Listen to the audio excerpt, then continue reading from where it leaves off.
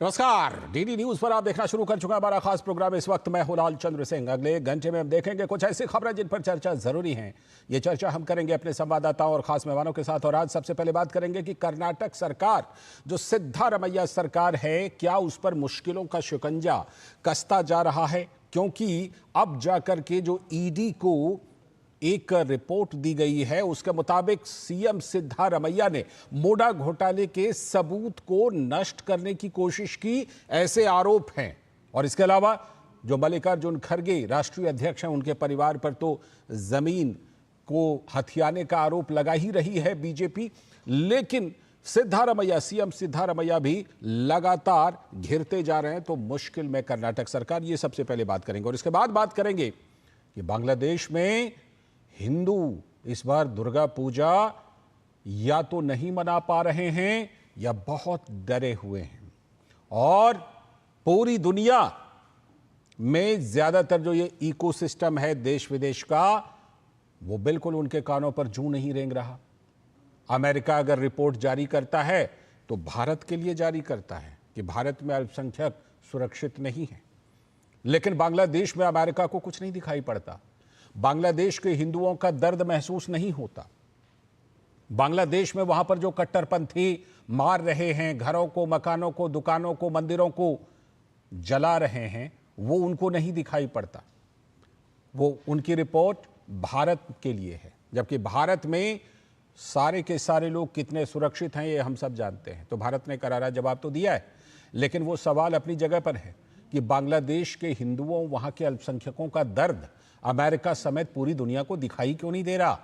इस पर आज खास चर्चा करेंगे खास मेहमान के साथ। और इसके बाद बात करेंगे कि जम्मू कश्मीर, जहां से लगातार हमने आपको रिपोर्ट दिखाई, पहला चरण, दूसरा चरण, तीसरा चरण के लगातार वहां पर रिकॉर्ड तोड़ मतदान हुए, तो आंकड़ों में कुछ और सुधार हुए हैं। तीसरे चरण में 64% के पार मतदान हुआ है। तो लगातार ये जो रिकॉर्ड तोड़ मतदान जम्मू कश्मीर में इस बार हुआ, इसके पीछे कौन कौन से फैक्टर्स हैं, इस पर करेंगे बात। और इसके बाद बात करेंगे कि हिमाचल प्रदेश सरकार में जो खटाखट इकोनॉमी है, उसकी मार लोगों पर लगातार लगती ही जा रही है। एक रिपोर्ट के मुताबिक वहां टॉयलेट शीट गिनने का काम सरकार ने शुरू किया, उसके आधार पर टैक्स लगाएगी क्या? हालांकि अब इससे सुखू सरकार मना कर रही है, इनकार कर रही है, लेकिन ये रिपोर्ट आई है और हम आपको बताएंगे कि ये रिपोर्ट आई क्यों। होंगे तमाम सवाल जवाब, लेकिन सबसे पहले इस वक्त की हेडलाइंस।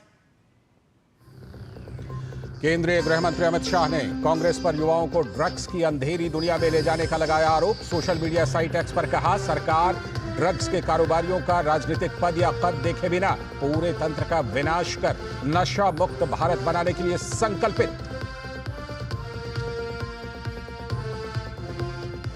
केंद्रीय कृषि मंत्री शिवराज सिंह चौहान ने कहा, केंद्रीय मंत्रिमंडल के फैसले से खाद्य तेल पर आयात की निर्भरता होगी कम। उन्नत बीजों की कमी को पूरा करने के लिए देश में 65 नए बीज केंद्र बनाए जाएंगे।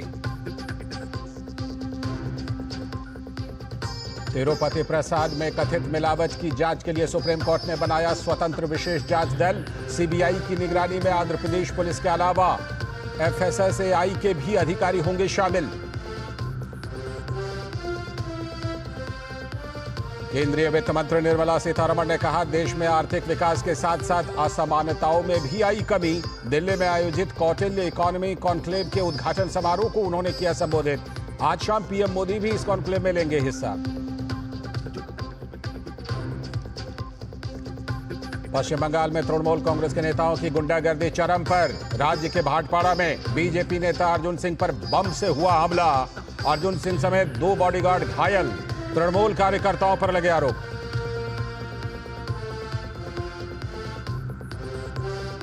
और जम्मू कश्मीर में रिकॉर्ड मतदान। बाइकॉट प्रॉन इलाके में भी टूटा 35 सालों का रिकॉर्ड। फ्री एंड फेयर चुनाव पर भरोसा लोगों को बूथ तक खींच लाया। पीपल्स गवर्नेंस ने लोकतंत्र को कश्मीर में बनाया मजबूत। तो ये थे इस वक्त की हेडलाइंस। अब देखते हैं खबरों को विस्तार से। और आज सबसे पहले बात करेंगे कि कर्नाटक की सिद्धारमैया सरकार पर लगातार शिकंजा, मुश्किलों का शिकंजा कसता ही जा रहा है और मुश्किलें उनकी बढ़ती ही जा रही हैं, क्योंकि कर्नाटक में सीएम सिद्धारमैया की मुश्किलें खत्म होने का नाम नहीं ले रही हैं। अब उनके खिलाफ एक नया आरोप भी लग गया है और ये एक नई शिकायत जो है वो मुडा मामले में सबूतों को नष्ट करने के आरोप में की गई है। मीडिया खबरों की माने तो ईडी को लिखी गई चिट्ठी में सीएम सिद्धारमैया और अन्य के खिलाफ सबूतों से छेड़छाड़ करने का आरोप लगाया गया है। कर्नाटक में मुडा स्कैम मामले में ईडी की एंट्री से पहले ही आपको याद होगा सीएम सिद्धारमैया की पत्नी ने मैसूरू में आवंटित अपनी सभी 14 प्लॉट वापस करने का फैसला लिया था। इसके लिए उन्होंने पत्र भी लिखा था। तो कांग्रेस पार्टी के नेता मान रहे हैं और कह रहे हैं कि जब सभी प्लॉट वापस ही कर दिया गया तो फिर तो कोई मामला बनता ही नहीं। लेकिन लोकायुक्त पुलिस ने एफआईआर दर्ज करके इसकी पड़ताल शुरू कर दी है और बीजेपी जो प्रमुख विपक्षी पार्टी है वो इसको गंभीर मामला मानती है। वरिष्ठ बीजेपी नेता और पूर्व केंद्रीय मंत्री रविशंकर प्रसाद ने पूछा था कि कांग्रेस के नेताओं को जमीन के डील में इतनी रुचि क्यों होती है? क्या कांग्रेस के कुछ नेता प्रॉपर्टी डीलर बन गए हैं? पिछले दिनों बीजेपी ने यह भी आरोप लगाया था कि कांग्रेस के राष्ट्रीय अध्यक्ष मल्लिकार्जुन खड़गे के परिवार ने बेंगलुरु में सिद्धार्थ विहार में 5 एकड़ सरकारी जमीन हथिया ली है। बीजेपी ने कर्नाटक के लोकायुक्त में कांग्रेस अध्यक्ष मल्लिकार्जुन खड़गे के खिलाफ शिकायत भी दर्ज कराई है। बीजेपी नेता एनआर रमेश का दावा है कि गलत तरीके से साइबर सिटी में 5 एकड़ जमीन हासिल कर ली गई। बीजेपी नेता ने 394 पेज के डॉक्यूमेंट्स एविडेंस के साथ दिए हैं। सिद्धार्थ विहार में खड़गे परिवार को मिली जमीन पर सवाल उठाया है। बेंगलुरु के डिफेंस एरिया और हाईटेक सिटी में उन्हें किस चीज के रिसर्च के लिए कांग्रेस सरकार ने 5 एकड़ जमीन दी है, ये सवाल बीजेपी ने उठाया है। उधर भ्रष्टाचार मामले में फंसे सीएम सिद्धारमैया के सामने कई मुश्किलें खड़ी हुई हैं। ईडी ने मुडा मामले से जुड़े मनी लॉन्ड्रिंग मामले में सीएम और अन्य लोगों के खिलाफ मामला दर्ज कर लिया है, लेकिन सीएम मानते हैं कि यह मनी लॉन्ड्रिंग का मामला तो बनता ही नहीं है।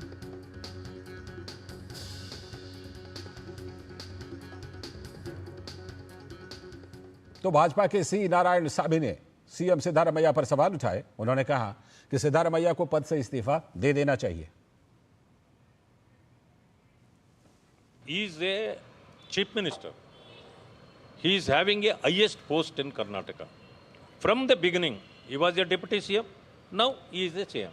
So that his shadow is enough to recommend all these things. He is the culprit. He is the corrupt person. He has to resign.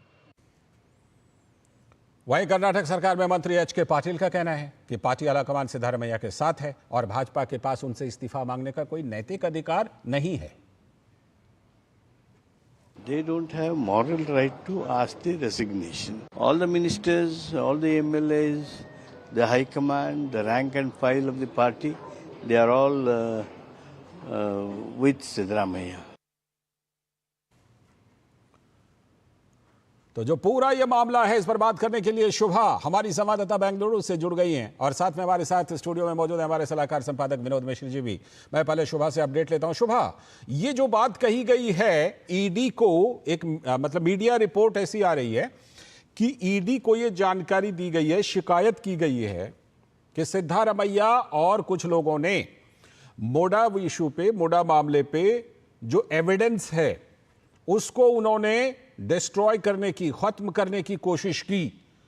क्या रिपोर्ट है और इस रिपोर्ट का क्या आधार है, क्या बेसिस है शुभा? अभी हम देख सकते हैं मुडा प्रकरण में जो इन्होंने इन्वेस्टिगेशन के लिए तैयार था, इन्होंने सेंट्रल इन्वेस्टिगेशन ब्यूरो को स्टॉप करने में लगे थे। सिद्धारमैया पहले विचारण के लिए तैयार थे, उसके बाद इन्होंने सेंट्रल ब्यूरो को इन्वेस्टिगेशन करने के लिए मना किया। राज्य सरकार का आदेश पालन के लिए इन्होंने कहा। उसके तुरंत ही इनके पत्नी ने अपने 14 साइट्स को वापस देने का जो निर्णय लिया था। इसके साथ साथ हम देख सकते हैं अभी कर्नाटका के सीएम इन्होंने जो दाखिलाती में ईडी इन्वेस्टिगेशन कर रहे हैं, इन्वेस्टिगेशन से बाहर आ रहे हैं, एफआईआर भी दर्ज हुआ है। एफआईआर के बदले इन्होंने इन्वेस्टिगेशन चालू किया। उस इन्वेस्टिगेशन में ना केवल 14 साइट्स का जो इन्होंने घोटाला किया है बल्कि 4000 साइट्स भी अभी जो अधिकारी दल है, जो कांग्रेस के अधिकार में जो लोग हैं, इन्होंने 400 से भी ज़्यादा साइट्स को इन्होंने अपने नाम पे किया। ऐसे इसका रिपोर्ट आ रहा है ईडी से अभी विचारण के लिए इन्होंने सज हुआ, तो ऐसे रिपोर्ट आ रहे हैं। और सिद्धारमैया पहले विचारण के लिए तैयार थे, अभी विचारण करने के लिए मना किया। अभी इन्होंने विचारण के समय इनसे जो दाखिलाती है, जो एविडेंस है, एविडेंस को नाश करने में लगे हैं। बल्कि इन्होंने एविडेंस ही नहीं मिला तो कैसे एक्शन कर सकते हैं? यदि हम देख सकते हैं, सिद्धरामैया जी पहले येडियुरप्पा जो इनके ऊपर आरोप लगाए थे, इन्होंने कहा था कि अगर इन्होंने अधिकार में रहे तो एविडेंस और इन्वेस्टिगेशन ठीक से नहीं होता है। अभी इनके सरकार में जो इनके ऊपर आरोप आया तो इन्होंने इस्तीफा क्यों नहीं दे रहे? इस्तीफा दिया तो इन्होंने सही तरह से जांच हो सकते थे, लेकिन अपने कुर्सी को ना छोड़ते हुए नहीं, इन्वेस्टिगेशन को तैयार भी नहीं है और इन्वेस्टिगेशन द्वारा जो डॉक्यूमेंट्स आ रहे हैं, जो साक्षी आ रहे हैं, सर्व का नाश करने में लग गया है। कोई एविडेंस लोगों के सामने नहीं आ सकता है, नहीं दे रहे हैं वो कांग्रेस सरकार, जिसके चलते हम देख सकते हैं इन्होंने फ्रीडम से, स्वतंत्रता से इन्वेस्टिगेशन करने भी नहीं दे रहे। एविडेंस को तो छोड़िए, बल्कि इन्होंने अभी अधिकारियों के साथ कोऑपरेट किया तो इन्होंने एविडेंस ले सकते थे, लेकिन अभी इन्होंने कोऑपरेट भी नहीं किया। लौटता हूं आपके पास विनोद जी, जो हम लगातार इस पर रिपोर्ट तो दिखाते ही रहे हैं मुडा मामले को लेकर के, और किस तरह से कानूनी शिकंजा कसा, कैसे राज्यपाल ने अनुमति दी, फिर सिद्धारमैया ने चैलेंज किया, फिर हाईकोर्ट ने कहा कि नहीं जांच तो चलेगी। लेकिन अब जाकर के जिस तरह की रिपोर्ट आ रही है, ईडी की एंट्री हुई, लोकायुक्त पुलिस जांच कर रही है, सिद्धारमैया के ऊपर शिकंजा तो कसता जा रहा है, लेकिन ऐसा लगता है कि सिद्धारमैया, उनका पूरा परिवार और कुछ हद तक कांग्रेस पार्टी भी पूरी कोशिश कर रही है कि वो इस्तीफा ना दें और इस मामले में बिल्कुल बच करके निकल जाएं, लेकिन शिकंजा लगातार कसता जा रहा है। लाल जी, मैं अभी जो सुबह बता रही थी, हमारे रिपोर्टर जो बेंगलुरु से हैं, मैं थोड़ा से उन्हीं की बात को क्लियर कर देता हूं जी, कि ये पूरी की पूरी कांग्रेस पार्टी और सरकार जो है कर्नाटक में, वो ये लोगों में मैसेज देना चाह रही है कि ये पॉलिटिकल वेंडेटा है, और वो इसको एक मान ही नहीं रही है कि ये कोई बहुत बड़ा कोई भ्रष्टाचार है या कोई क्राइम हुआ है, इस तरह की बातें। इसलिए सारे जांच और सारे एजेंसियों की कार्रवाई से पहले वो सारी चीज़ें एक नैरेटिव वो बना रहे हैं। जैसे सुबह बता रही थी कि अब जो पॉलिटिकल वहाँ ये बनाने की कोशिश हो रही है कि जो ज़मीन अलॉट किया गया था सिद्धारमैया को, वो जमीन तो उन्होंने वापस कर दी। अब जमीन अगर उनकी वाइफ के नाम से 14 प्लॉट मिले थे, अगर वो वापस हो गई तो फिर केस क्या बनता है?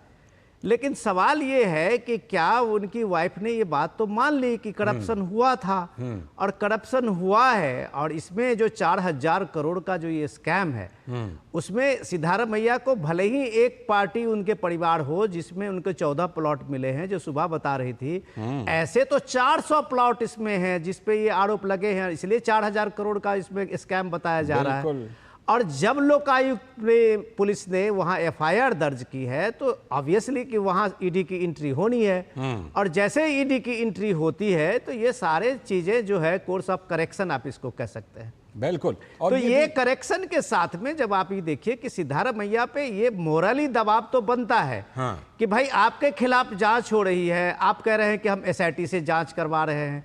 एसआईटी का होम मिनिस्टर, आप जब अपने मंत्री की चीफ मिनिस्टर है, आपकी पुलिस जांच कर रही है तो कैसी जांच होगी? सीबीआई पे आपने जो सुबह कह रही थी कि पहले से आपने वो बैन कर रखा है, नो एंट्री कर दिया है, तो जांच तो अब मनी लॉन्ड्रिंग के मामला आएगा तो इसमें ईडी स्वतंत्र है। तो ये कानूनी प्रक्रिया को एक तरह से वो बता रहे हैं कि ये सिर्फ पॉलिटिकल वेंडेटा है, जबकि वो जो सबूत मिटाने की बात आप कह रहे थे कि उसमें जो शिकायत की गई है और ईडी को लिखा गया है, उसमें ये बताया गया है कि लोकायुक्त पुलिस की जैसे ही मुडा में उसकी एंट्री होती है और वो जांच शुरू करती है, उससे पहले ही कई कागजात जो है इसके मामले में वो गायब कर दी। बिल्कुल, ये आरोप है। लेकिन एक बात और विनोद जी, जो कांग्रेस जो कहकर बचाव कर रही है कि भाई अब तो वापस कर दिया, अब क्या? मैं एक उदाहरण लेता हूं, कोई चोर अगर चोरी का माल वापस कर दे तो क्या केस खत्म हो जाता है?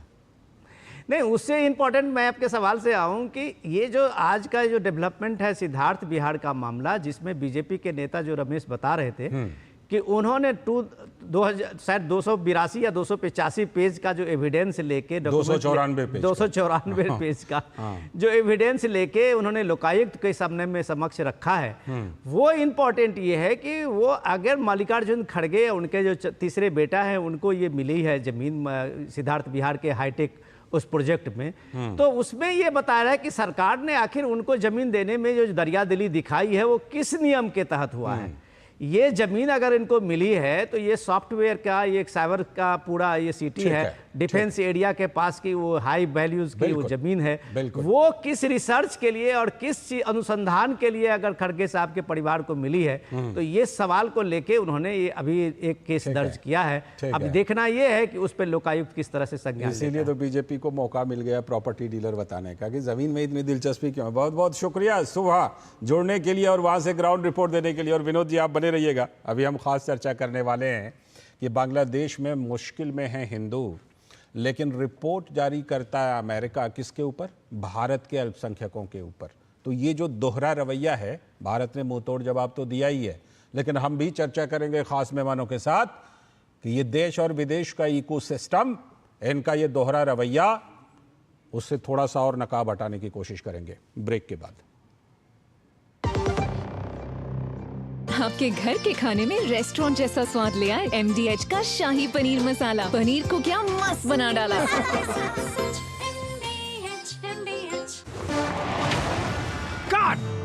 सुरक्षा की गारंटी हर चीज में जरूरी है, चाहे वो मुश्किल स्टंट हो या अच्छी फसल। इसीलिए ले आइए IIL के ट्रैक्टर ब्रांड का शिनबा, जो देता है सुंडी और ट्रिप से सुरक्षा की गारंटी। बेटियां घर की रौनक हैं, बेटियां घर संवारती हैं, बेटियां पीढ़ियां सजाती हैं, बेटियां घर की बुनियाद कहलाती हैं। बेटियों को सलाम करता है मोंगिया स्टील, स्टील का बादशाह। दादी के हाथों का जादू और खुशबू से महकता घर। MDH गरम मसाला, असली मसालों से भरा हूँ मैं, क्योंकि हर रिश्ता है स्वाद से जुड़ा।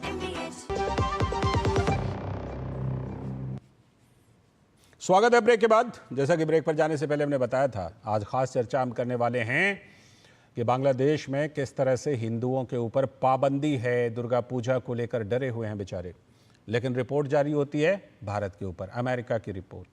ये जो दोहरा मापदंड है, इसी पर आज हम खास चर्चा करने वाले हैं। बांग्लादेश में दुर्गा पूजा पर पाबंदी है। अमेरिका के न्यूयॉर्क शहर में इसको लेकर हिंदू समुदाय के लोगों ने प्रोटेस्ट दर्ज किया, एक प्लेन के जरिए बड़ा बैनर उड़ाया और बांग्लादेश में अल्पसंख्यक हिंदुओं पर हो रहे अत्याचार का उन्होंने अपनी तरह से ये मुद्दा उठाया। बांग्लादेश में हिंदुओं के साथ हो रहे जुल्म और हत्या की ओर दुनिया का ध्यान उन्होंने इस तरह से, ये देखिए आप तस्वीरें देख ही रहे हैं, इस तरह से आकृष्ट किया। शेख हसीना के तख्ता पलट के बाद मोहम्मद यूनुस की जो बांग्लादेश में सरकार है, उसमें इस बार बांग्लादेश में दुर्गा पूजा की इजाजत नहीं है। इसे कोई एहसान फरामोशी कहे या कुछ और, लेकिन दुर्गा पूजा की मनाही बांग्ला समाज के प्रति क्रूर व्यवहार को दिखाता है। बांग्लादेश में अब सिर्फ 8% हिंदू बचे हुए हैं और उस समुदाय के लिए दुर्गा पूजा सबसे बड़ा उत्सव है। लेकिन जमाते इस्लामी कट्टरपंथी संगठन के दबाव में वहां की सरकार, मोहम्मद यूनुस की सरकार डरी हुई है और उसने कट्टरपंथियों के सामने घुटने टेक दिए हैं। कई जिलों में उपद्रव करके कट्टरपंथियों ने दुर्गा पंडालों में मूर्तियां तक तोड़ दी हैं और कुछ जगहों पर तो जमात ने पैसे लेकर उन्हें पूजा की इजाजत दी है, 5-5 लाख टका मांगा है। 1971 में बांग्लादेश में हिंदुओं की आबादी 20% से भी ज्यादा थी और अब 8% से भी कम रह गई। इस बार तख्ता पलट के बाद, शेख हसीना की सरकार के तख्ता पलट के बाद हिंदुओं पर हो रहे अत्याचार से उन्हें मुल्क छोड़ने को मजबूर किया जा रहा है। लेकिन हैरानी की बात यह है कि मोहब्बत की दुकान से एक आवाज तक नहीं आ रही। फलस्तीन इजराइल संघर्ष में मानवता दिखाने वाली प्रियंका गांधी वाड्रा हिंदुओं के खिलाफ हो रहे अत्याचार पर खामोश हैं। पिछले 5 अगस्त से हिंदू समुदाय पर 250 से भी ज्यादा हमले हुए हैं, दर्जनों मारे गए हैं, दर्जनों बेटियां वहां पर बलात्कार की शिकार हुई हैं। लेकिन कुछ विदेशी संस्था भारत में धार्मिक स्वतंत्रता पर सवाल उठा रहे हैं। इसी क्रम में अमेरिका की एक संस्था भारत में धार्मिक स्वतंत्रता पर सवाल उठा रही है। हालांकि संस्था की रिपोर्ट को अमेरिकी प्रशासन ने इंट्रोड्यूस नहीं किया है, लेकिन भारत ने कड़ी प्रतिक्रिया देते हुए कहा कि अमेरिकी आयोग की रिपोर्ट पक्षपातपूर्ण और राजनीति से प्रेरित है। अमेरिका को खुद अपने देश में मानवाधिकार पर ध्यान देना चाहिए। विदेशों में स्थित पक्षपाती संगठनों के ने भारत के खिलाफ लगता है नैरेटिव बनाने का बीड़ा उठा रखा है, जिसका उद्देश्य भारत को लेकर फेक न्यूज फैलाया जाना। और देश में कुछ बुद्धिजीवियों के लिए ऐसी रिपोर्ट मसाला का काम करती है, जिससे वो भारत के खिलाफ कहानी गढ़ते हैं, नैरेटिव गढ़ते हैं। कभी हंगर इंडेक्स, कभी हैप्पीनेस इंडेक्स। भारत को अंतिम पायदान पर रखकर लेफ्ट बुद्धिजीवियों को फीड किया जाता है, चारा दिया जाता है उनको। सवाल यह है कि आजादी के बाद जिस देश में अल्पसंख्यक की आबादी 4 गुना से ज्यादा बढ़ गई, उसे उस देश से तुलना की जाती है जहां से हिंदू आबादी विलुप्त होने के कगार पर है। ये जो दोहरा मापदंड है, इसे से नकाब आज हम हटाएंगे। और इसे पर बात करने के लिए हमारे साथ 2 खास मेहमान जुड़ रहे हैं। धनंजय गिरी जी, भारतीय जनता पार्टी के प्रवक्ता, साथ में दुष्यंत नागर जी, राजनीतिक विश्लेषक और कांग्रेस के समर्थन में बड़ी मजबूती से बात रखने वाले। बहुत बहुत स्वागत धनंजय गिरी जी, दुष्यंत नागर जी, और हमारे संवाददाता प्रसेनजीत बख्शी भी जुड़े हुए हैं और हमारे सलाहकार संपादक विनोद मिश्र जी भी यहां पर जुड़े हुए हैं। मैं पहले जरा अपडेट लेता हूं प्रसेनजीत दा से। प्रसेनजीत दा, पहले रिपोर्ट आई कि 5 लाख टका दो, दुर्गा पूजा मनाओ। उसके बाद रिपोर्ट आई कि कई जगह पर मूर्तियां खंडित कर दी गई। अब यह रिपोर्ट आ रही है कि कई जगहों पर तो 5 लाख टका देकर के वो मना सकते हैं, कई जगहों पर मूर्तियां तोड़ दी गई, कई जगहों पर डरे हुए हैं कि कहीं हमला ना हो जाए, और ज्यादातर जगहों पर दुर्गा पूजा पर भी खामोशी है। ये जो वहां बांग्लादेश में हो रहा है, इसको लेकर के पश्चिम बंगाल के बंगाली समुदाय में जो बंगाली प्राइड को लेकर अक्सर बातें करते रहते हैं, उनके मन में, उनके कहीं पर, और खास तौर पर बंगाली इकोसिस्टम में कहीं कोई हलचल दिखाई पड़ रही है क्या, या बिल्कुल एकदम कान में तेल डालकर सब सोए हुए हैं? देखिए लालचंद, इस बात को मैं कल की एक भारत सरकार की घोषणा के साथ जोड़ना चाहूंगा। कल भारत सरकार की तरफ से, कैबिनेट की तरफ से यह फैसला लिया गया कि बांग्ला जो भाषा है वो एक ध्रुपदी लैंग्वेज है, मतलब एक क्लासिकल लैंग्वेज है। बिल्कुल। तो अब ये जो बंगाल की जिस इकोसिस्टम के बारे में आप बात कर रहे हो, इस इकोसिस्टम को ये समझ में नहीं आ रहा है कि ये बांग्ला भाषा भारत की भाषा है, ये बांग्ला भाषा वो इस्लामाइज्ड बांग्ला भाषा है जो बांग्लादेश में बोला जाता है। एक और कंफ्यूजन इकोसिस्टम का। एग्जैक्टली मुश्किल इस बात की है कि यहाँ की जो इकोसिस्टम जिसको हम लोग आप बता रहे थे, इस इकोसिस्टम अपना बांग्ला बिजनेस को बांग्लादेश में बेचकर खाते थे।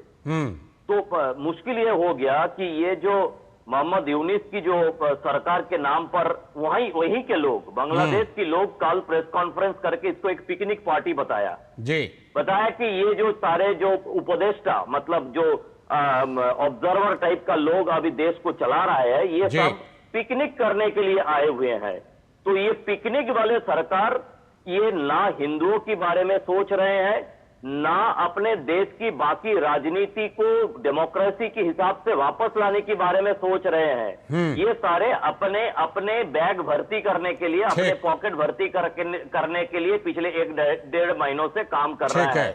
तो यहाँ की जो बंगाली है या हमारे देश की जो सेक्युलर प्रोग्रेसिव लेफ्ट लिबरल है, इनको समझ में नहीं आ रहा है कि बांग्लादेश को अगर हम बांग्लादेश का आलोचना करें तो वो हमारी जो इकोसिस्टम है, वो इकोसिस्टम में कहां फिट बैठता है। बिल्कुल बिल्कुल, वो कहीं ना कहीं असुविधाजनक महसूस कर रहे हैं। आ रहा हूं दादा लौट के।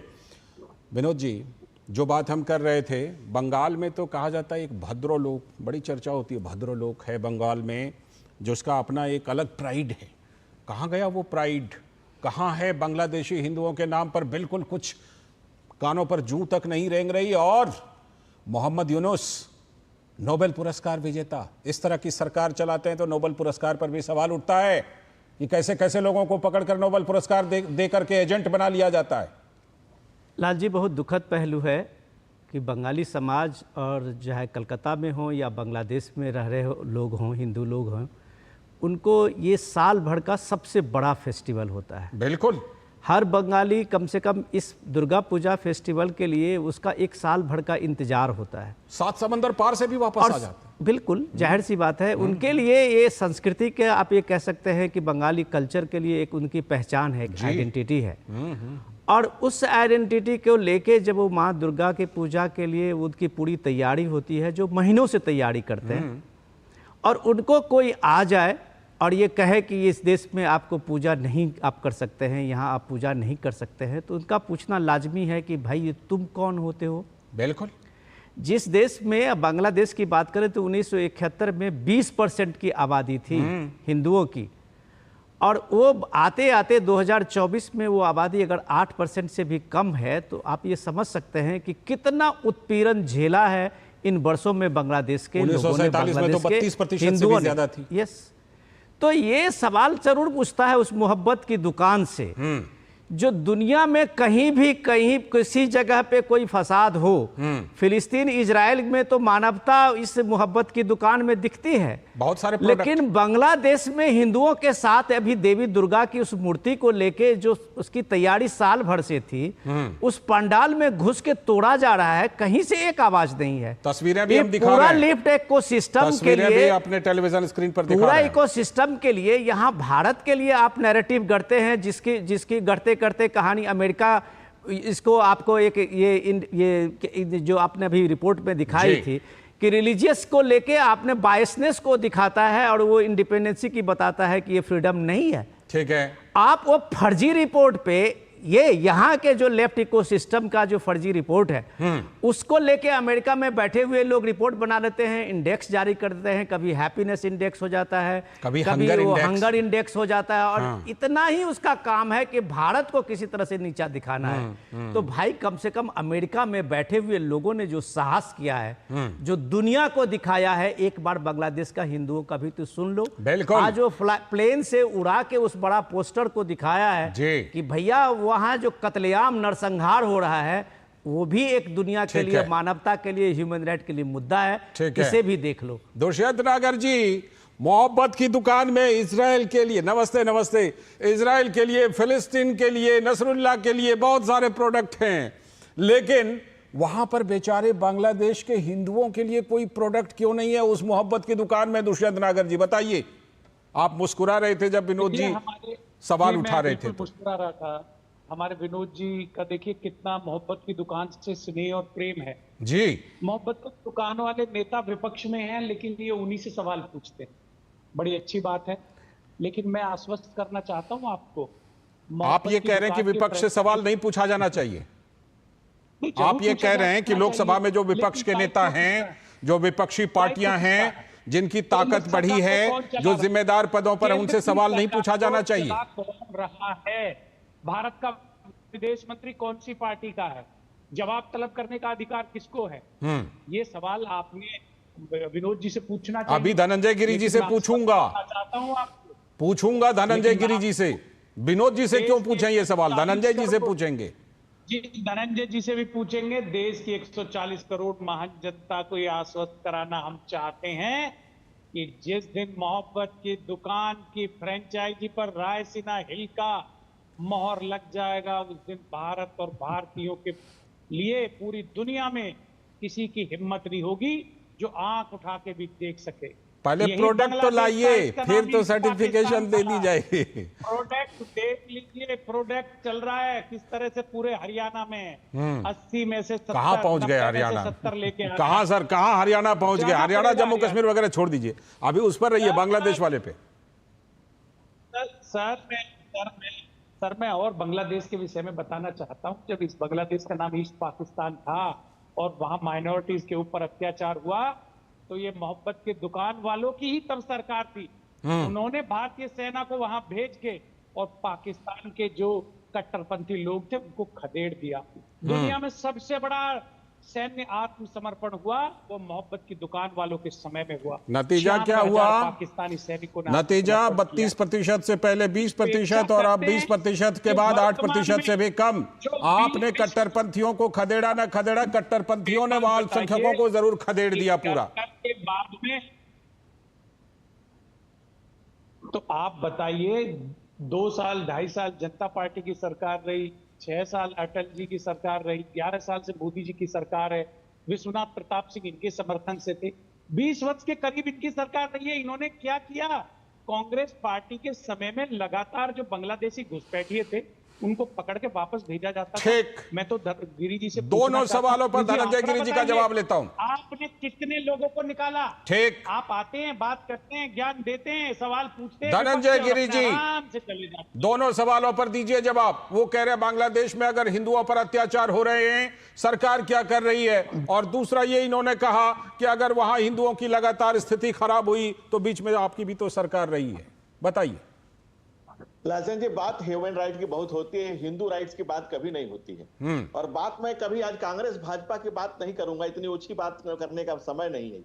बात आज जब अमेरिका में गुब्बारा फूला जो निकाला गया है, बात गुब्बारे की नहीं, बात गुब्बार की है। जो गुब्बार हिंदू हृदय में भड़क रहा है, जो पूरे धरती पर जितने हिंदू हैं उनका मन आक्रांत है। एक एक हिंदू आज अप्रतिष्ठित और अपमानित असुरक्षित महसूस कर रहा है। उनका बोध है कि हमारे लिए कोई खड़ा होने वाला नहीं। ह्यूमन राइट की बात कर रहे हैं, हिंदू राइट की बात कौन करेगा? कौन करेगा? आज हिंदू भारत की तरफ देख रहा है, सारे हिंदू भारत की तरफ देख रहा है और देखना भी चाहिए। आज नसरुल्लाह की, जब भाई साहब कह रहे थे नसरुल्लाह की मौत पे कराची में कम, कांग्रेस में ज्यादा मातम मनाया जा रहा है। दुनिया भारत को हिंदू राष्ट्र कहती है, क्योंकि यहाँ पर सेकुलरिज्म के नाम पर जो हादसा घटित हो रहा है वो अफसोसजनक है। घर को आग लगी है, घर के चिराग से, कानी बिल्ली घरे शिकार। दुष्यंत नागर जी हंस रहे हैं आपके जवाब पर। भाई साहब इनकी हंसी से हिंदुओं के हृदय में आक्रोश है, क्योंकि इन लोगों ने सेकुलरिज्म के नाम पर तैमूर को तलवार की जरूरत नहीं है आज के डेट में। तो आप किसी तैमूर को तलवार की जरूरत नहीं, विपक्ष तैयार है। और जब जो दुकान में बिके मोहब्बत कैसे हो सकती है? वो तो तिजारत होती है। जिसको जलेबी की फैक्ट्री बनानी रहती हो, हाँ बोलिए दुष्यंत जी, करिए काउंटर। मोहब्बत की दुकान लगाता हो। Please let me complete. Lalchand ji let me complete. मैंने भाई साहब के पीछे बिल्कुल नहीं। ठीक है कंप्लीट कीजिए। इनकी पप्पू छाप बातों से मेरे कोई रुचि नहीं है। कंप्लीट मेरी रुचि ये है कि 20% 8% कैसे हुआ? आज हिंदुस्तान, ये तो मैंने पूछा, ये सवाल तो पूछा पहले 32 से 20, फिर 20 से 8। दूसरी बात लालचंद जी, जब धर्म, देश का बंटवारा धर्म के आधार पर कांग्रेस पार्टी नहीं किया कि किसी और ने दस्तखत किए थे। जब बाबा साहब डॉक्टर भीमराव अम्बेडकर ने संविधान में कहा कि उस सब संविधान सभा में कि एक्सचेंज ऑफ पॉपुलेशन को जिन्ना ने भी कहा, कांग्रेस ने क्यों वहां पर रोक? ठीक है, आप मुझे काउंटर लेने दीजिए दुष्यंत जी का। कहा गया, जिन लोगों ने कहा कि दुष्यंत जी का काउंटर ले रहा हूं। ठीक है दुष्यंत जी कीजिए काउंटर जल्दी से। Bharatiya Janata party, VHP, RSS समेत देश के किसी हिंदूवादी संगठन के खिलाफ अमेरिका की हिम्मत नहीं थी कि दो शब्द भी बोल सके। आज अमेरिका जिसकी कंपनी को, मैक्रो कंपनी को गुजरात में फ्री लैंड दी गई है और अरबों रुपए की सब्सिडी दे जा रही है, आज वो अमेरिका हमारे देश के अंदरूनी मामलों में रिपोर्ट जारी करता है। अमेरिका की इतनी हिम्मत कहां? तो ये कहते पहली बार जारी किया अमेरिका ने। अमेरिका तो हंगर और क्या हंगर तो कभी फ्रीडम तो कभी हैप्पीनेस। भारत के अंदर की किसी भी संगठन ऐसे रिपोर्ट मजाक बन गए उनके और संगठन के ऊपर। हाँ धनंजय जी कीजिए काउंटर। ठीक है कर लीजिए काउंटर। धनंजय जी बताइए, जवाब दीजिए, विदेश नीति दीजिए जवाब। इतिहास गवाह है विदेश मंत्री भारत के कभी किसी एलओपी ने जाकर के देश के धरती से भारत पर हमला किया था? क्या भारत कभी एलओपी ने लीडर पोजीशन में जाकर के इवेंटों में पाकिस्तान के छक्के छुड़ाए थे? क्या इस कभी ठीक है लोग हैं? देश की चिंता नहीं है, देश के हिंदुवादी संगठनों की इनको चिंता नहीं है। लाल जी अगर मुझे आप इजाजत दें। लालचंद जी एक मिनट काउंटर कर लीजिए फिर मैं। लालचंद जी, हिंदूवाद तो होता ही नहीं है, हम वाद की बात ही नहीं करते। वाद होता है तो विवाद होता है। हम तो कहते हैं सर्वे भवन्तु सुखिनः सर्वे सन्तु निरामया सर्वे भद्राणि पश्यन्तु। लेकिन जब कोई विचार की बात नहीं करे, जब कोई तलवार की ही बात करे, क्या 5 लाख रुपए में करते हैं? 5 लाख रुपए मूर्ति पूजा। अरे तैमूर लंग ने जब तोड़ा था सोमनाथ, हाँ तो बांग्लादेश के हिंदू बेचारे तलवार की धार पर हैं और क्या कहा जाए। तैयार हुए थे, उसने कहा कि मैं फिर भी तोड़ूंगा। ठीक है, मैं विनोद जी को शामिल करता हूँ के रूप में जाना चाहूँ। ठीक, विनोद जी ठीक है, आ रहा हूं। दुनिया में ऐसे लोग जो सिर्फ तलवार की भाषा समझते हो, तैमूरों ने तलवार रख दिया क्योंकि कांग्रेसियों ने उठे तलवार पहन करके उठा लिया उनके तलवार को। इस देश का सत्यानाश करने के लिए आज इन मातम मना रहे। कौन सा ऐसा एलओपी आज तक हुआ है जो विदेश की धरती पर जा रहा है? ठीक है नहीं नागर साहब, मैं लौटता हूं, एक मिनट लौटता हूं। विनोद जी, नागर साहब आ रहा हूं। विनोद जी एक तो ये जो चर्चा हो रही है, दूसरी बात दोनों का मैंने सुना, दूसरी बात ये कि जो अमेरिका की रिपोर्ट आई है, ये ऐसे रिपोर्ट का कोई मतलब है या ऐसे रिपोर्ट अब धीरे धीरे बिल्कुल मजाक के पात्र बनते जा रहे हैं? देखिए नागर साहब को, लाल जी सब कुछ, नागर साहब को सब कुछ पता है, लेकिन हैं ये पक्के समाजवादी नेता हम लोगों के पुराने साथी रहे हैं नागर साहब। जी। अभी वो फिलहाल कुछ दिनों से बहुत कट्टर कांग्रेसी हो गए हैं मोहब्बत की दुकान में। मैं सिर्फ आपसे ये जानना चाहता हूँ, भारत सरकार ने सीए लाया था, उस सीए का विरोध करने में कांग्रेस पार्टी की क्या मंशा थी? आज अगर बांग्लादेश के हिंदुओं के जो उत्पीड़न है, आप एक मिनट आप सुन लीजिए, आपका मैंने लंबा सुना। कांग्रेस पार्टी को बांग्लादेश में जो हिंदू के उत्पीड़न है जी, और वहां जिस तरह से लोग वहां से छोड़ के भाग रहे हैं जी, क्या उनको अगर हिंदुस्तान छोड़ के और कौन सा ऐसा देश है जहां पे वो शरण मांग सकते हैं और जहां पे नागरिकता की बात कर सकते हैं? बिल्कुल। पाकिस्तान में 2% से भी कम हिंदू रह गए हैं जी, और वो वहां से आके अफगानिस्तान में अगर आप हिंदू और सिख की देख लीजिए तो 0% पे आ गया। इसी तरह से और कंट्री का देख लीजिए तो जहां धार्मिक प्रताड़ना से जो माइनॉरिटी वहां से निकले हैं, चाहे वो हिंदू हो, सिख हो, बौद्ध हो, ईसाई हो, ये जब हिंदुस्तान आते हैं और उनको नागरिकता देने की गारंटी की बात कही सीएए में की गई थी, तो सबसे ज्यादा कांग्रेस पार्टी ने मुखर विरोध किया था, लेफ्ट से भी ज्यादा। उसके बाद टीएमसी आती है। क्या बात करते हैं आपकी मोहब्बत की दुकान में हिंदुओं के लिए कोई जगह नहीं है, ये धनंजय जी बता रहे हैं। बिल्कुल, सीधी सीधी बात आप करिए। ये बांग्लादेश में आप सुन लीजिए और एक मिनट आप पहले सुन लीजिए। आप जो बात कर रहे थे इंडेक्स को और मजाक बना रहे थे, आपके यहाँ कांग्रेस पार्टी में इस सारे इंडेक्स पे रिएक्शन मिलता है। कभी पूछा किसी से जो हंगर इंडेक्स में पाकिस्तान से नीचे भारत को देते हो, बांग्लादेश को देते हो, जहां 80 करोड़ आदमी को पिछले 4 साल से मुफ्त अनाज मिल रहा है? क्या बकवास कर रहे हो आप लोग सारे? ये पूरा इकोसिस्टम जो आपने बनाया, जिस देश में आप देखो 8% की आबादी जो 47 में थी वो 22%, 21% में हो गई। वहां आप शिकायत करते हो, रिपोर्ट बताते हो कि यहाँ पे जो है रिलीजियस फ्रीडम नहीं है। क्या कुछ भी रिपोर्ट लेके आ जाओ, इकोसिस्टम उसको फुलाने लगो। इकोसिस्टम को तो इससे खाद पानी मिलता है ना, वो जिंदा रहेंगे कैसे फिर अगर इस तरह की रिपोर्ट बीच बीच में आएगी नहीं? बोलिए नागर साहब, छोटा सा काउंटर कीजिए, उसके बाद प्रसेनजीत के पास। हाँ प्रसेनजीत आ रहा हूँ, नागर साहब का एक छोटा सा काउंटर। सरकार के दौरान भारतीय जनता पार्टी मोदी सरकार के कार्यकाल में बहुत से पाकिस्तानी हिंदुओं को जो राजस्थान में रह रहे थे, राज्य सरकार ने जिनके लिए खाने की पीने की हर तरह की व्यवस्था की, उनको नागरिकता नहीं दी, उनको वापस जाना पड़ा। उसके लिए कौन जिम्मेवार है विनोद जी? आप लेते हैं कांग्रेस के ऊपर सवाल उठा देते हैं। अरे भाई साहब, आप जो डिस्टॉर्ट कर रहे हैं फैक्ट्स को, सवाल तो उठेगा। उसमें फैक्ट्स को आप ये गलत तरह से बता रहे हैं। आप ये बात मैंने नहीं, वो सीएए क्या जो एक डेडलाइन है, उस डेडलाइन को मीट करना होता है। यही तो इसके सवाल का तो आप लोग समझ नहीं रहे थे, लोगों में भ्रम फैला रहे थे कि इसमें मुसलमान क्यों नहीं है, और सबको आपने भ्रम फैला दिया। बिल्कुल। मैं प्रसेनजीत दा आपके पास। प्रसेनजीत दा, एक तो आप जो बात कहना चाह रहे थे वो जरूर कहिएगा। ये भी बीच में ममता बनर्जी ने ऑफर किया था कि जो भी आएंगे उनको हम बंगाल में जगह देंगे, और ये वही ममता बनर्जी थी जिन्होंने सीए को रोकने के लिए सारे घोड़े खोल लिए और बाद में फिर कहा कि ये तो केंद्र ही कर सकता है, हम इसमें क्या कर सकते हैं? बताइए प्रसेनजीत।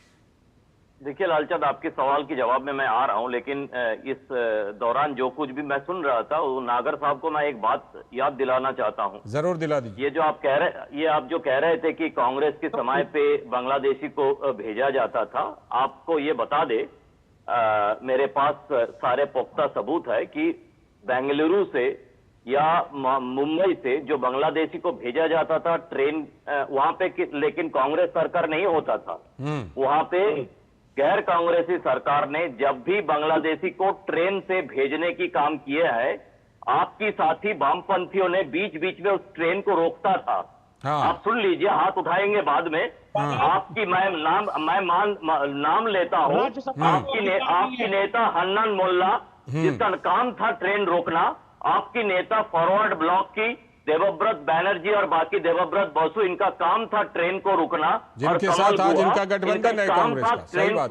ट्रेन को रोकना और ये आरोप लगाना कि भारत की पश्चिम बंगाल की अब क्यों नहीं मैं बता रहा हूँ, मुझे सुनने तो दीजिए। ठीक है, जल्दी से एक एक कर कंप्लीट कीजिए, फिर धनंजय जी के पास भी जाना है मुझे। ये मालदा और मुर्शिदाबाद के लोगों को बांग्लादेशी बोल के भेजा जा रहा है, ऐसा बोल के आपकी साथियों ने ट्रेन को रोकता था और इन लोगों को वापस भारत में छोड़ दिया गया। धनंजय जी दूसरी बात, हाँ समय की कमी है, धनंजय जी बोलिए।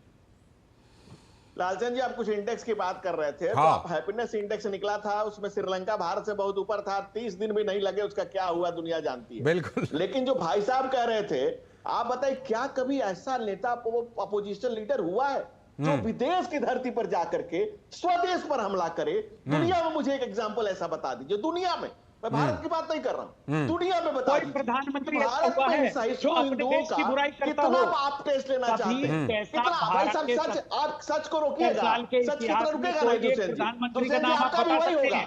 दुष्यंत जी, प्रधानमंत्री ने विदेश में जाकर देश की बुराई की, जिन्होंने ये कहा कि हमें शर्म आती है, हम भारत में जन्म ले लिया, कहां से जन्म ले लिया, कैसे जन्म ले लिया। कांग्रेस के चरण बंद कीजिए, वो शब्द आपको याद है होने वाली है, क्या कोई हुआ है दुर्दशा वही होने वाली है भाई साहब, आपकी भी दुर्दशा वही होने वाली है। अगर हिंदू म्यांमार देख करके, बर्मा देख करके, नेपाल देख करके, थाईलैंड देख करके, पाकिस्तान देख करके और बांग्लादेश देख करके और अफगानिस्तान देख करके नहीं समझ में आ रहा है, तो आपका भी वही होने वाला है। आने वाली पीढ़ियां दुष्यंत जी माफ नहीं करेंगी आपको भी, इस दुष्टता के लिए माफ नहीं करेंगे कि दुष्ट कांग्रेस। ठीक है, गंभीर सवाल है, लेकिन ये गंभीर सवाल देश से लेकर विदेश तक के इकोसिस्टम पर है कि जहां उनको बोलना चाहिए वहां पर मुंह को बंद रखते हैं, और जहां पर कहीं बोलने के जवाब बिल्कुल रिपोर्ट ऐसे रिपोर्ट जारी करते हैं जो रिपोर्ट मजाक के पात्र ही तो बनेंगे। जब इस तरह का रिपोर्ट जारी कीजिएगा, कभी अंगर पर, कभी हैप्पीनेस पर और कभी फ्रीडम पर, जाहिर सी बात है कि ऐसे रिपोर्टों पर कई सवाल हैं, और अब तो ये रिपोर्ट मजाक के पात्र हैं। जहां बोलना चाहिए वहां पर पूरा इकोसिस्टम बन रहा है, लेकिन ऐसी रिपोर्ट करती क्या है? ये जो इकोसिस्टम का पूरा सिस्टम है, और जो कुछ यूट्यूबर हैं उनको खाद पानी दे दिया, अब 2-4 रिपोर्ट उस पर वो बनाएंगे, 2-4 वीडियो अपना। फिलहाल बहुत बहुत शुक्रिया, समय की कमी है। धनंजय गिरी जी बहुत बहुत शुक्रिया, दुष्यंत नागर जी बहुत बहुत शुक्रिया, प्रसन्नजीत दा शुक्रिया, और विनोद जी आपका भी बहुत बहुत शुक्रिया। बढ़ते हैं अगली खबर की तरफ, लेकिन उससे पहले एक छोटा सा ब्रेक लेते हैं।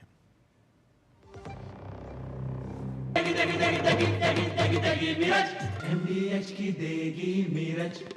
देगी मिर्च का तड़का, अंग अंग फड़का। MDH की देगी मिर्च। बेटियां घर की रौनक हैं, बेटियां घर संवारती हैं, बेटियां पीढ़ियां सजाती हैं, बेटियां घर की बुनियाद कहलाती हैं। बेटियों को सलाम करता है मोंगिया स्टील, स्टील का बादशाह। सुरक्षा की गारंटी हर चीज में जरूरी है, चाहे वो मुश्किल स्टंट हो या अच्छी फसल। इसलिए ले आइए IIL के ट्रैक्टर ब्रांड का शिनबा, जो देता है सुंडी और ट्रिप से सुरक्षा की गारंटी। हाथ धोकर आते हैं। साबुन की जगह हैंड वॉश? मोहन का प्रमोशन हो गया क्या? सैवलॉन हैंड वॉश तो हमारा रोज का है। सिर्फ 10 रुपए में 200 ml हैंड वॉश बनाओ। Savlon powder to gel hand wash, germ से बचाए, शान बढ़ाए। बात जब पीढ़ियों के लिए बनने वाले घर की हो तो जिम्मेदारी बड़ी हो जाती है। गैलेंट समझता है ये जिम्मेदारी। अब डबल M रिब्स के साथ गैलेंट एडवांस TMT रीबार, निर्माण का रियल हीरो। स्वागत है ब्रेक के बाद। DD न्यूज पर आप देख रहे हैं इस वक्त, और अब बात करेंगे जम्मू कश्मीर के जमहूरियत के जश्न की, जिसके बारे में हम पहले भी आपको कई रिपोर्ट दिखा चुके हैं। अब उसमें थोड़ा जो मतदान है उसके रिकॉर्ड में और सुधार हो गया है, क्योंकि रिकॉर्ड मतदान इस बार हुआ है, लेकिन उसकी और भी कुछ मतदान के प्रतिशत और बढ़े हैं, तो जमहूरियत के जश्न का रंग और गहरा हो गया है। जम्मू कश्मीर में रिकॉर्ड मतदान हुआ है। बायकॉट प्रोन इलाके, यानी जहां पर पहले हड़ताल बंद ये सब किया जाता था, वहां पर भी 35 सालों का रिकॉर्ड टूट गया। फ्री एंड फेयर, बिल्कुल बढ़िया चुनाव कराने पर लोगों का भरोसा हुआ, तो लोग बूथ तक आए, लोगों को बूथ तक खींच लाया गया। इस भरोसे ने, पीपल्स गवर्नेंस ने, जो पंचायती राज को वहां जितना मजबूत किया गया, 3 टियर पंचायती राज को, उसने लोकतंत्र को कश्मीर में मजबूत बनाया, तो जम्मू कश्मीर में रिकॉर्ड तोड़ मतदान हुआ। जम्मू कश्मीर में इस बार दर्ज किया गया रिकॉर्ड मतदान। तीसरे और अंतिम दौर में तो मतदान का आंकड़ा 64% के पार चला गया। इस बार उन इलाकों में भी टूट गया रिकॉर्ड 35 साल का, जिन इलाकों में बंद, हड़ताल, यही सब होते रहते थे, क्योंकि स्वतंत्र एवं निष्पक्ष चुनाव पर लोगों का भरोसा हुआ, और लोग बूथ तक चले आए, खींचे चले आए। पीपल्स गवर्नेंस यानी कि लोगों के राज ने वहां पर जम्मू कश्मीर में लोकतंत्र को मजबूत बनाया। आर्टिकल 370 हटाने के बाद पंचायती राज को वहां पर जबरदस्त बढ़ावा दिया गया था। तो देश विदेश के इकोसिस्टम को इस बार जम्मू कश्मीर के लोगों ने बड़ा ही तगड़ा और करारा जवाब दिया है।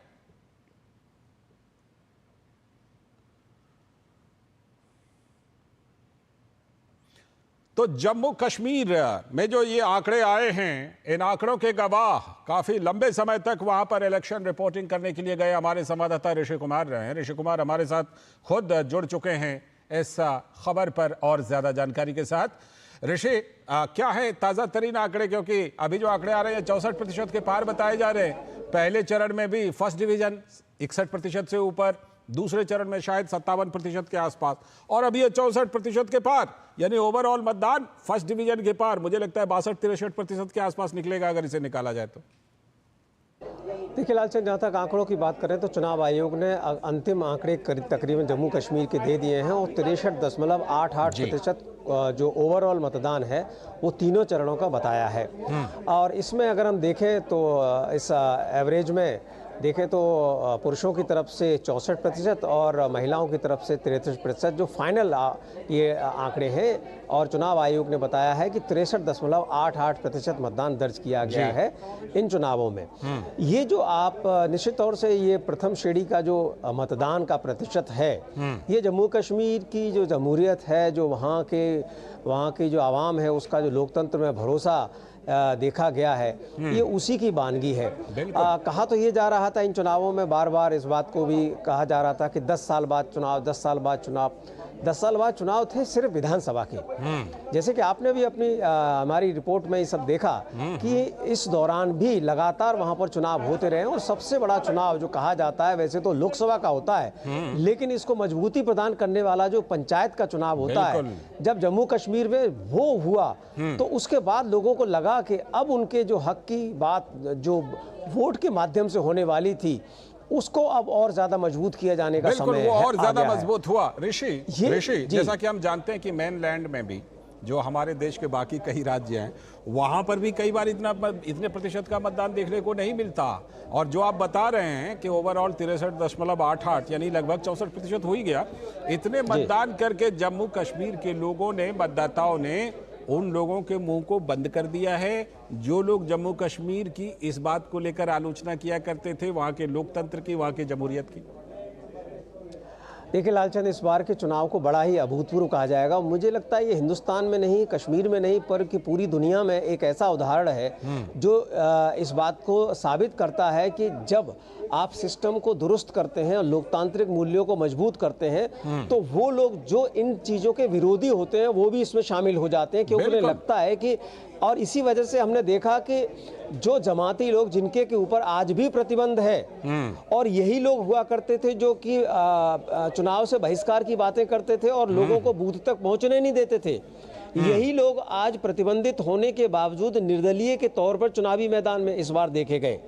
तो ये जो बदलाव है ये बहुत बड़ा बदलाव माना जाएगा, क्योंकि इस बदलाव के पीछे जो लोकतांत्रिक जो मूल्य है कि हमें अपने वोट से अधिकार हासिल करना है, संविधान से जो अधिकार हासिल करना है, ये जब हम चीज मजबूत करते हैं तो पूरी व्यवस्था को मजबूती मिलती है और रूल ऑफ लॉ की हम आगे बढ़ते हैं। बिल्कुल, जमहूरियत पर भरोसा मजबूत हुआ है तो जमहूरियत का जश्न भी मनाया जा रहा है। बहुत बहुत शुक्रिया ऋषि आपका जुड़ने के लिए और इस खबर पर जानकारी देने के लिए। और अब हम बात करने वाले हैं इस वक्त में हिमाचल प्रदेश की। हिमाचल प्रदेश से हम लगातार आपको खबरें दिखाते रहे हैं कि वहाँ पर कभी कर्मचारियों को वेतन नहीं मिला समय पर, कभी मंत्री विधायक कह रहे हैं कि हम इस बार नहीं लेंगे वेतन। अब वहाँ से एक और खबर आई है, उस खबर की सच्चाई भी जानेंगे और चर्चा भी करेंगे कि हिमाचल में खटाखट इकोनॉमी में अब लोगों के टॉयलेट गिने जाएंगे, टॉयलेट सीट, किसके यहाँ कितने टॉयलेट सीट, और उसी के आधार पर भरना होगा टैक्स। याद कीजिए, फ्रीबी और गारंटी स्कीम ने सरकार को जनता पर टैक्स का बोझ डालने के लिए कितना मजबूर कर दिया अलग अलग तरीके से। हिमाचल में खटाखट की मार लगातार पड़ रही है वहां के लोगों पर। हिमाचल प्रदेश में लोगों को फ्रीबी वाली राजनीति से लगातार झटके लग रहे हैं। अब राज्य में खटाखट इकोनॉमी में गिने जाएंगे लोगों के टॉयलेट सीट और लोगों को भरना होगा अपने टॉयलेट सीट के हिसाब से टैक्स। फ्रीबी और गारंटी स्कीम ने सरकार को जनता पर टैक्स का बोझ डालने के लिए मजबूर किया और तरह तरह से बोझ डाल रही है सरकार। और इससे पहले सरकारी कर्मचारियों को तो समय पर वेतन भी नहीं मिला था।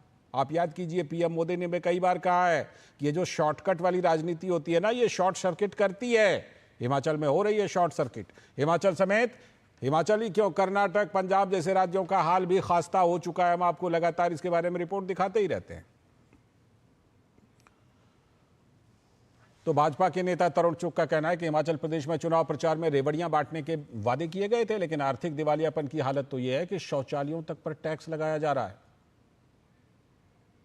सुक्खू सरकार द्वारा अपने चुनाव में वादों में रेवड़ियां बांटने की घोषणा की गई थी, लेकिन आज लगातार या तो छूटें वापस ली जा रही हैं या नए टैक्स लगाए जा रहे हैं। और अब तो हालात ये बन गए हैं कि शौचालय पे भी टैक्स लगा दिया गया है। ये हिमाचल की कांग्रेस सरकार की आर्थिक दिवालियापन को प्रदर्शित करता है।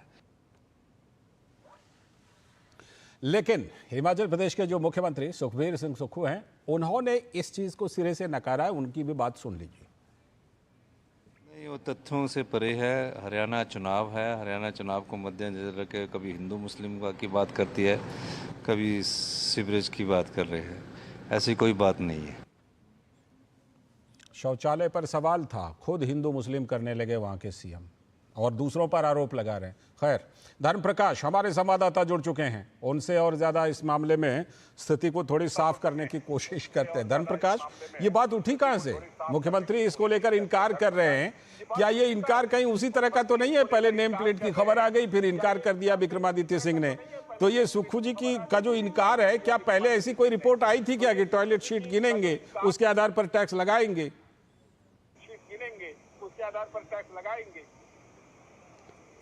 देखिए लालचंद, ये पूरी तरह मिस कम्युनिकेशन का केस बनता है, क्योंकि नोटिफिकेशन 21 सितंबर की है और 21 सितंबर की नोटिफिकेशन में ये साफ साफ लिखा गया है कि जो टीसीपी के अंडर आने वाले, शहरी क्षेत्रों के अंडर आने वाले वो एरियाज जहां पर लोगों के पास सरकारी पानी के कनेक्शन नहीं है लेकिन सीवरेज कनेक्शन है, तो उन लोगों से अब जो सीवरेज सेस है वो वसूला जाएगा। और उसके लिए पैमाना पर सीट, पर टॉयलेट सीट रखा गया था 25 रुपए के हिसाब से। अभी तक के सिस्टम में क्या होता है कि पानी के बिल जब आपके आते हैं तो उसी बिल में सीवरेज सेस इंक्लूड होकर आता है। लेकिन दिक्कत ये है कि जिन लोगों के पास पानी के सरकारी कनेक्शन नहीं है, जो अपने नेचुरल रिसोर्सेज यूज करते हैं, उन लोगों को पानी के बिल तो आते नहीं और उस वजह से सीवरेज सेस भी वो नहीं देते। उन ऐसे लोगों को कवर करने की कोशिश थी सरकार की, और इस कोशिश में सीवरेज के यूजेज को नापने के लिए जो पैमाना तय किया गया था वो टॉयलेट सीट्स का था। मतलब अगर मकान में एक से ज्यादा जितने भी टॉयलेट्स है, पर टॉयलेट सीट के हिसाब से 25 रुपीज पर मंथ के हिसाब से आपसे सेस वसूला जाएगा। इसके अलावा वो लोग जो जिनके पास पानी के कनेक्शन है उनसे 30% के हिसाब से सेस ऑलरेडी वसूला जाता है। मतलब जितना आपका पानी का बिल है उसका 30% जो अमाउंट होगा वो सेस होगा। बिल्कुल, रिपोर्ट और खबर सही थी, इसका मतलब खबर सही थी। 21 सितंबर की नोटिफिकेशन है।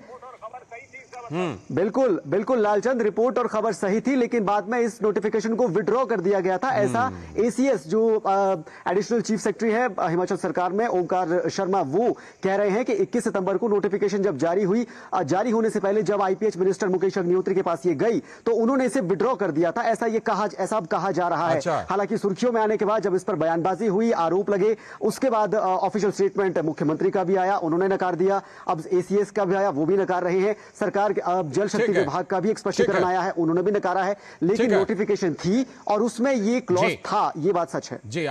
लगता है आर्थिक दबाव के चलते ना बहुत सारे मामलों में, सिर्फ यही मामला क्यों, टॉयलेट शीट वाला मामला क्यों, इससे पहले भी नेम प्लेट वाले मामले में बात आ गई, उसके बाद का नहीं ऐसा कोई फैसला नहीं है। बहुत बहुत शुक्रिया, आपने तस्वीर बिल्कुल साफ कर दी धर्मप्रकाश। जितने भी लोगों को कंफ्यूजन होगा वहां के सीएम के बयान के बाद, उनका कंफ्यूजन क्लियर हो गया होगा। बहुत बहुत शुक्रिया आपका। और इसी के साथ आज के इस वक्त में इतना ही। पूरी टीम को दीजिए अनुमति। नमस्कार।